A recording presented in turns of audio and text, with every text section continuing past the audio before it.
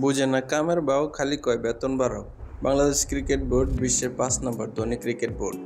অতএব বোঝা যায় বিসিবির অনেক টাকা, তাই পয়সা দিয়ে ছাগল পুষেছে। আর ছাগল দিয়ে ক্রিকেট খেলা যায় না, এরা মাঠে নেমেই ঘাস খাওয়া শুরু করে। তবুও তাদের দেওয়া হয় প্রতি মাসে পকেট ভর্তি টাকা। তো আর দেরি না করে চলুন দেখে আসি কে কত টাকা প্রতি মাসে স্যালারি পায় বিসিবি থেকে। এক্ষেত্রে প্রতিটা ছাগলকে প্রতিটা প্লেয়ারকে আলাদা আলাদা 5টি ক্যাটাগরিতে ভাগ করা হয়েছে। এ প্লাস ক্যাটাগরি প্লেয়ার পায় সর্বোচ্চ বেতন এবং তারপর এফ, তারপর বি এবং সি, ডি।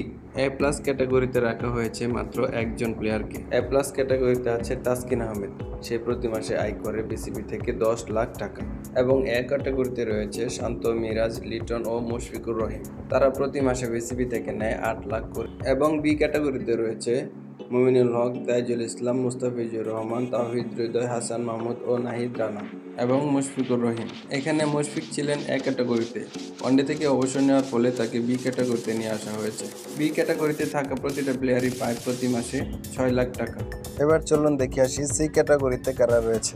সি ক্যাটাগরিতে রয়েছে সাদমান ইসলাম, সৌম্য সরকার, জাকের আলী, তানজিদ তামিম, শরীফুল, রিশাদ, তানজিম সাকিব ও শেখ মেহেদী। তারা প্রতি মাসে বিসিবি থেকে নেন 4 লাখ করে।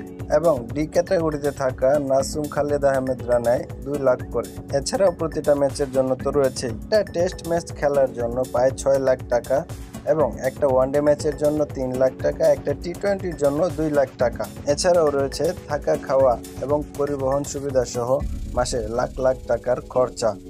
এত সুবিধা পাওয়ার পরেও মাঠে নেমেই ডাব্বা। আবার মিডিয়াতে এসে বুক ফুলিয়ে বলে আমরা চেষ্টা করছি পরের বিশ্বকাপ।